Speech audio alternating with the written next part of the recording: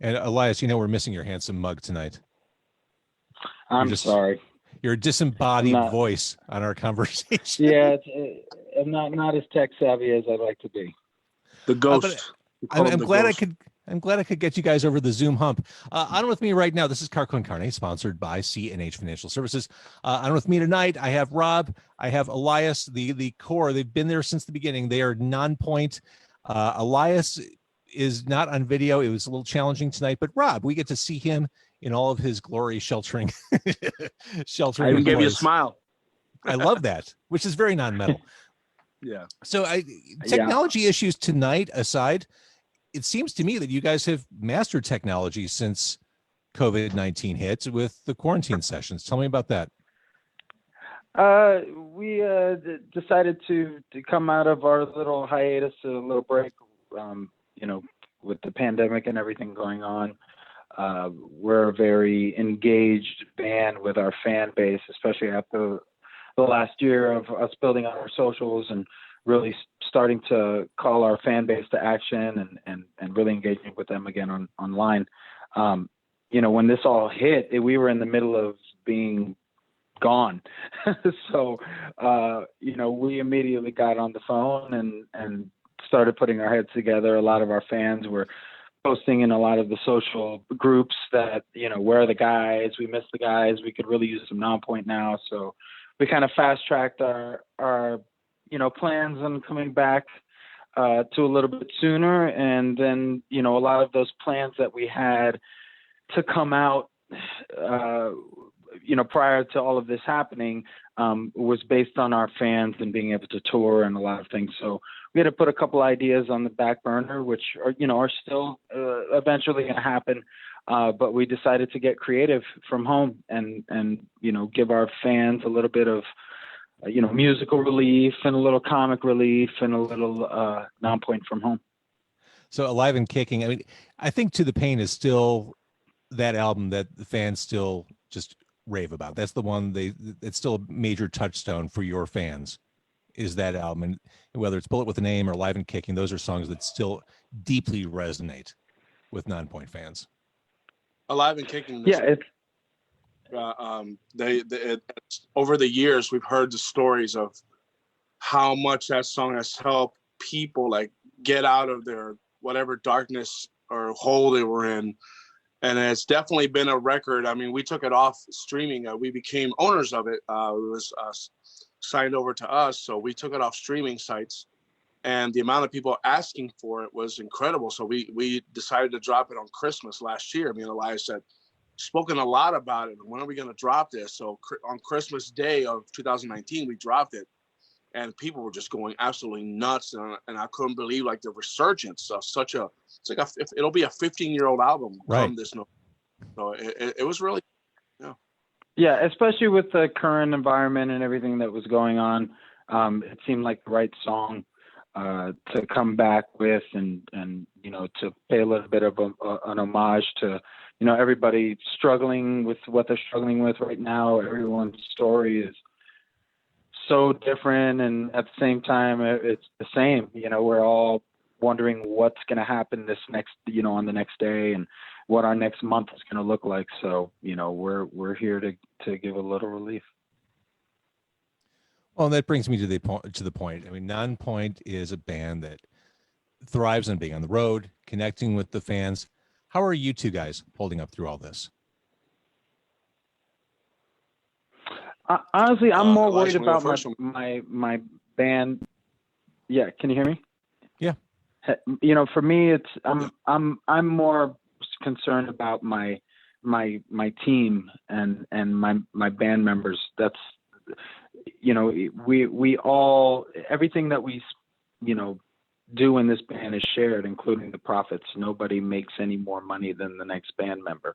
When you come in, it's everyone does the same work and is away from their families the same amount of time. So we all make sure that the only way to survive is knowing what everyone is able to accomplish, and the best way to do that is making sure that everyone makes the same. So, even knowing that, I still worry about my guys and worry about my crew and worry about, the clubs that we adore, that we, constantly travel to 8 to 10 times a year sometimes. Radio stations that have supported us for 20 years. I'm worried about me, but I always feel like if worse come to worse, I can jump in an Uber and deliver food if need be. But right now it's more about what the future of everybody in my community and what they're actually, how they're doing, because I'm doing all right. My wife, thankfully, is one of those workers that gets to still go to work. She's an essential worker. So we still have that income, and, I see friends struggling, and, I was just talking to one of our biggest, most loyal fans, and he's going through the struggle right now. And we just did this entire campaign, and all I could think to myself is, I did want to give to food banks, but I'm probably going to send a couple $100s to this guy just to help him, fill up the refrigerator, once or twice, just to, feel like that I'm at least keeping my people up. So, I'm doing okay. I'm more worried about my people. How about you, Rob? For myself, I mean, when this whole thing first happened, I mean, I'm 50 years old, man. I've never seen anything like this in my life. We've had the SARS, we had all the other, flus and all this other stuff. That the world didn't stop then. And when I saw that, the world was stopping, I got really worried because, Elias and myself, our biggest source of revenue is touring, and most of my friends, they're in bands. Nobody's doing anything. A lot of people are doing all these videos like us and doing all this other stuff. But we for myself, I was very, very worried. Now, 2 months later, I'm very good. I think actually this has helped me, because last year I had a little bit of I had some mental issues. Last year I had to go to therapy and stuff. And it's weird that this pandemic has actually helped me. And I feel really good, man. I'm getting back into the health thing. Good. I'm going to come out of this stronger than I was before. And all of my band members, we're all going to come out stronger, and I'm keeping all the negative crap behind me, and we're going to move forward. And we just have to, we have to be careful and, go by the guidelines and do the things that we need to do. I'm hoping that it's sooner than later, that we get back to the world, but we don't know that. Every day there's a change. Every day there's something different. And like Elias said, he even texted me today. He says, "How you doing, bro?" And I was like, "I'm okay. Why? Is everything all right? What do you know? I know Yeah. you.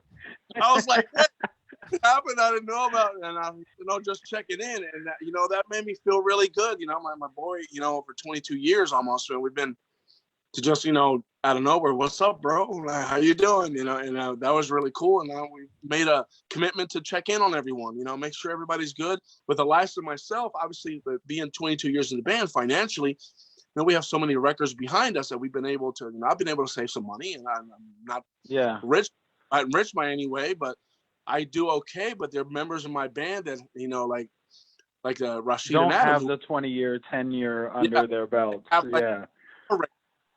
Me and Elias have 10 records to our name, and so that money keeps trickling in, and publishing and stuff. So I'm thankful, and like Elias said, if worst comes to worst, I work for Uber Eats, myself. I when I'm bored, I put on the app. Let's go deliver some food. Let's make some money. There's no shame in taking care of my family. I don't care how I need to do it. Nope. Do I want that? No. Totally But, I'll do what it takes to feed my kids. Doesn't matter. So, but yeah, I'm doing good, man. And right now that we can do this. And and getting certain, and really right now it's you see creatives and artists and musicians, across all mediums, they're all saying the same thing. It's right now it's time to get creative, but it's also time to take care of yourself as much as you can. And no one knows how long this is going to go. So we're we're repurposing some of our, old music while we see where our new music is going to sit in this, future, this new world that we're going to be, a part of, where, other countries are already booking drive-up concerts. It's everything is literally changing as the day goes on. So for us, we're lucky. We have a really, diehard fan base that it has been nonstop since the beginning and has always supported us. But just recently we did a campaign where we sold face covers, masks, and a T-shirt on this Alive and Kicking campaign. And it was the best numbers that we've ever done in our merch store. And that's in the middle of a pandemic, because people, figure, hell, I got to wear a mask anyway. And this is my favorite band. They're looking to support our communities and themselves and their crew. We want to keep the Nonpoint train going. I got to get one of these things anyway. And they came to bat. And honestly, we had planned to run the campaign for 2 weeks, because that's normally what it takes for us to sell through a particular stock of anything that we throw on our merch store. But it happened in just over 48 hours that we blasted through that stock. And we were literally watching the numbers going, how is this happening in the middle of a pandemic? And it's because people know what our purpose is, and they want to keep our purpose going. We're here for them. They're here for us. It's community. And that's the only way any of us are going to survive this. So if we keep doing this, I said this on another call. We just did a fundraiser with the David Ellison Foundation. And I was just on that call. I was saying, when bands come back on tour, I can't say this enough, and I'm going to say this in every fucking interview that I get on, to make sure that bands hear me, because even if it's not with me, it should be with someone. Bands need to get together and put all day, all night bills together, where they can put big festival style tours, because everyone, once this thing finishes, no one's thinking everyone's going to want to get out and tour at the exact same time. There ain't going to be enough clubs. So if we all get together and we as a community back each other up and start going, okay, let's get together with you, you guys get together with us, and we start putting together amazing packages, we're going to be able to play to these crowds and have massive, massive crowds with amazing, amazing bills, and we will all survive. But it needs to be that community thought process when everyone's sitting down to do these shows. And it goes for promoters, club owners, managers, labels. We all have to stop this cutthroat attitude and start working together, especially coming out of something like this. That's my biggest message to everyone right now.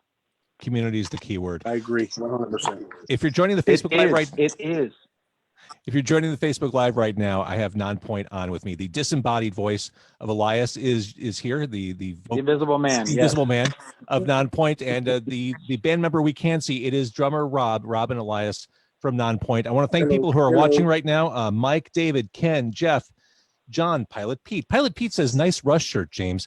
What Pilot Pete doesn't realize is this interview was delayed going live because Robb and I were nerding out about Rush. We'll get back to Rush. Kelsey, Carol, Jenny, Mayor, Brian, Giorgio, Mikey, Natalie, Marky, all watching right now. Thank you for doing that on Facebook Live. We talked about the fact that To the Pain is 15 years old, but oh my God, if that is 15 years old, that makes Statement 2 decades old. Are you doing anything for that? The Statement came out October 10th of 2000. So this October is going to be 20 years old. Yeah, this October is going to be 20 years old. It sounds like a cause or an occasion to do something special. Yeah. Those moments we always celebrate on in one way or another. Lately, we've been celebrating them a lot better, I would say, with you know, the kind of content that we've been doing, the campaigns that we've been running on our socials. So I would probably almost bet that that's going to be something really amazing and special. Awesome. Yeah. Let's talk about Chicago for a minute. You're not a Chicago band, but I think we've kind of co-opted you as one of ours here in Chicago. Adopted. Yes. There's so many tentacles into your band, whether it's band members, whether it's working with Johnny K or whatever. We want to claim you as ours. Tell me about your relationship with Chicago. Well, our relationship with with Chicago is good. Yeah. Chicago is it's funny. We've been adopted into the Midwest as a whole, and it's always been where I think we've done the best. I know Rob could agree. How many stations? How many cities? Yeah, absolutely. I mean, Midwest for us is like, we call it as like areas like Wisconsin, Michigan, like Illinois, Ohio, and like Indiana. It's like Nonpoint country. I was like, Nonpoint, we've had man. so much success in those 5 states. At Illinois, I mean, we moved in. I moved here to Chicago about 10 years ago. This month, I moved here, and it was a lot easier. Elias had already been living in Michigan, and it was so much easier. Yeah, it was so much easier to start a tour because you can go up, down, left, or right to start a tour. Where in Florida, you went up every single time, and then you can't, when you want to start a tour, you start like in Orlando, and then you can't do Orlando again for your next tour. You got to start somewhere else, and it right. And a lot of bands don't even like to travel all the way to Fort Lauderdale. Yeah, it was hard. It was it being such a even though it seems like a big city, it's still a 8-hour drive in and an 8-hour drive out of South Florida. So, it definitely centralized us and allowed us to tour a lot more cities that were constantly asking us to come into town. So it just seemed right, even though we were a Florida-based band and, tropical people with warm blood. It just seemed like the right idea to move to Hoth, Yeah, but your fucking weather here sucks. It depends on the season. Yeah, that's why I said Hoth, because yeah, it was like horrible. The weather, like, finally we got some warm weather. I can go out for walks, but that's the only downside of living in Illinois is the weather. And I keep a tauntaun. I keep a tauntaun in my trunk just so I could lightsaber it open and climb inside in case I get stuck in a toll behind a line of people trying to get on the Skyway. So we talk about old albums. I don't want to dismiss the fact that your 10th and most recent, that to me is about as accomplished as this band has ever sounded. I feel like you really put everything together on this one, on the 10th album. Oh, X. Right? We took our time and this one we really I'd say had a eureka moment with our new producer, Fred Archibald. He's really become a family member to our camp and really helped us find our new sound and really accentuate some of our, older qualities that, we've always wanted to bring out front, and then, helped us give it that fresh new paint that has put eyes back on us. So he's a great composer. He's got a great ear.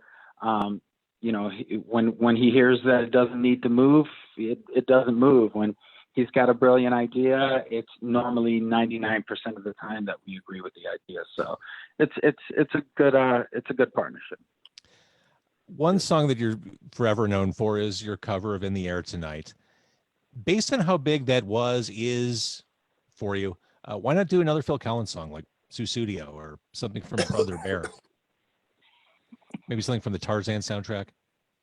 We have actually talked about doing another Phil Collins song. It's just finding the right one.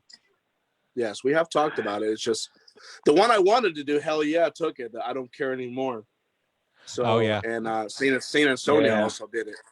So that's a great song. But yeah, I am absolutely not opposed to covering a Phil Collins song. He's a great respected artist with and incredible voice, incredible drummer.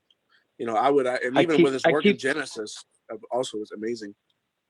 Yeah, I'd like to get a female, and if any female singers out there are listening, there's a song that Phil Collins did back in the '80s. Forget the name of the female singer that did it with her, but did it with him. But it was called "Separate Lives." The song was called "Separate Lives." There needs to be like a rock. Hang on, was that? I want to say Jennifer Warnes, but that can't be right. I've got to Google. Lizzie Hale, if you're listening, by all means, come sing with us. Yeah, give us a call, Lizzie. Well, song is. I used to win karaoke contests with that song in Tampa with my boss. She had an amazing voice when I used to sell vacations back in my early 20s. We sang that song and won a $50 bar tab. So that was Marilyn Martin. There it is. That's the one. That's the girl that sang on the song? Yeah. Yeah. Don't tell me you have the vinyl of it. I think I do. Hang on. I see you looking at your vinyl stash. What vinyl is that? What's the name of that record? It's the soundtrack to White Nights. The one that goes, yes, that's right. It was the one with White Nights Gregory with Hines. Mikhail Baryshnikov. So it's got the Phil Hines Collins song.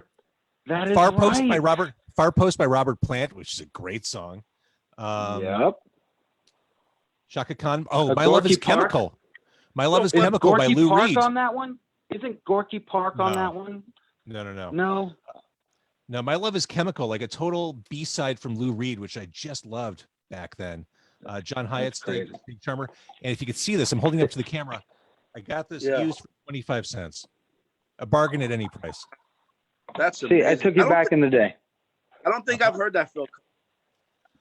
I wish I could play it for you now, Rob. I'm sure it's on some compilation. Yeah, play it. It's if you're listening, anybody listening, that's a great song. And if you don't agree with me, go to hell. That's it. Natalie just said the Night White soundtrack is fantastic. See, there's a small but dedicated fan base. Atta girl.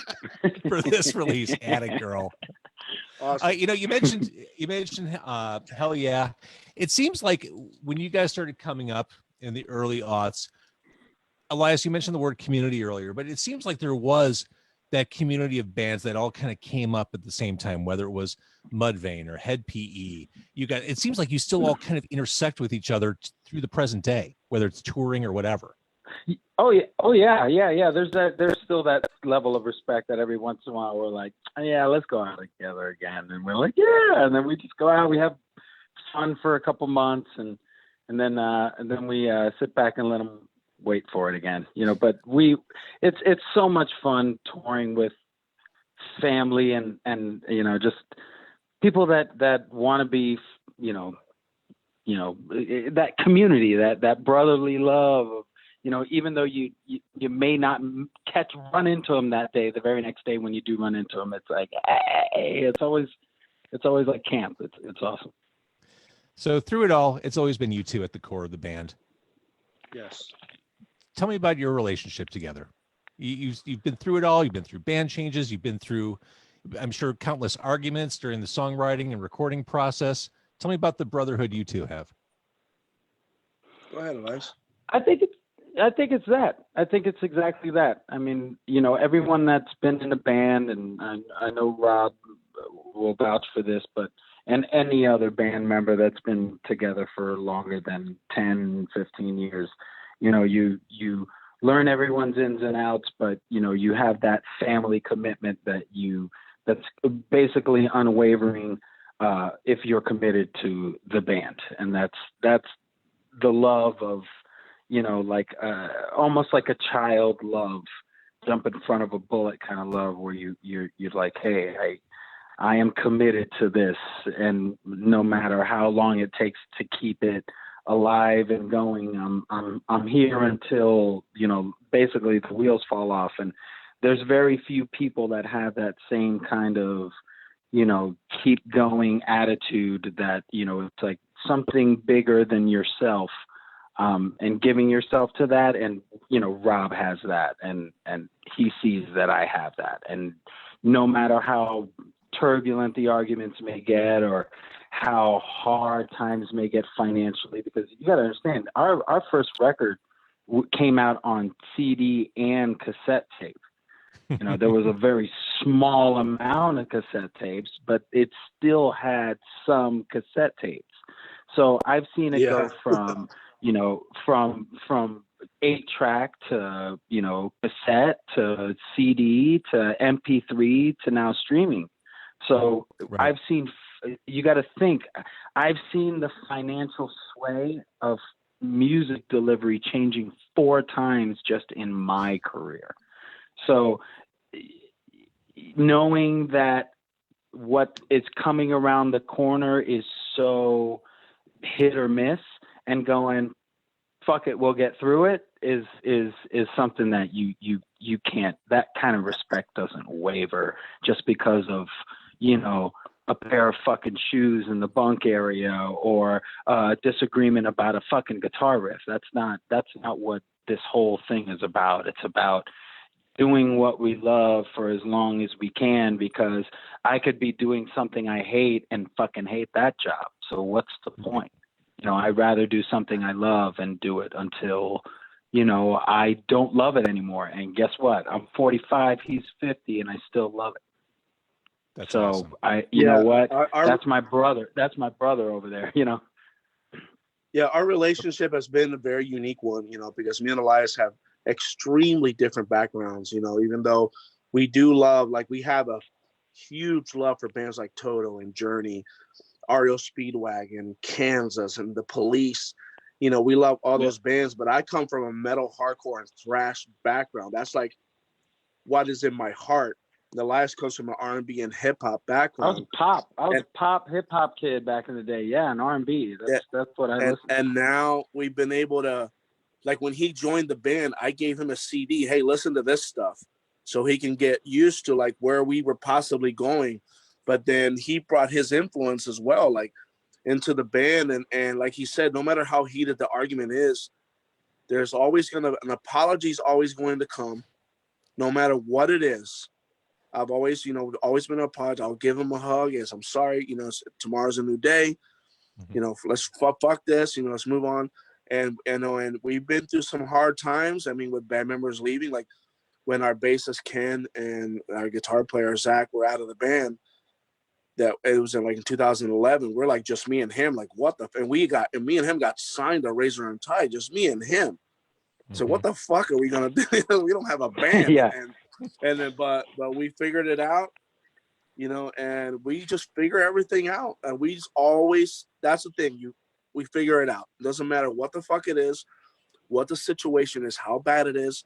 We always come out on, I don't know what it is, man. Like for over the years, we have always said God is looking down on us and blessing us somehow, and we just have been able to move forward. We've been able to move forward. Like, we have this guardian angel somewhere. He's somewhere around our houses, or he's following us. We've been close to a lot of tragedies, like the shooting in Europe. We were 2 hours away from that shit. Mm-hmm. And when the unfortunate incident of Dimebag, we were the next band to play that night, the next night at that venue. We were supposed to play Irving Plaza on September 12th, 2001. 2001. We were across the river. We were across the river from the Pentagon when it was hit. From the Twin Towers. No, I'm saying we were right down the street from the Pentagon, because we were just outside of Baltimore on our way to New York to play Irving Plaza. So for some reason, we've always missed it. Just barely missed it. And like Rob said, we're not going to look at all of those blessings as a signal to quit. Yeah. Oh, definitely not. You've got a horseshoe somewhere inside your bodies. We got to wrap. We got a rabbit's foot. Clearly. All right, Robb and Elias, thank you so much for doing this. I'm going to stop the Facebook Live. Thank you, everybody, for watching and participating tonight. I'm going to kill that as soon as I can figure out how to manipulate that.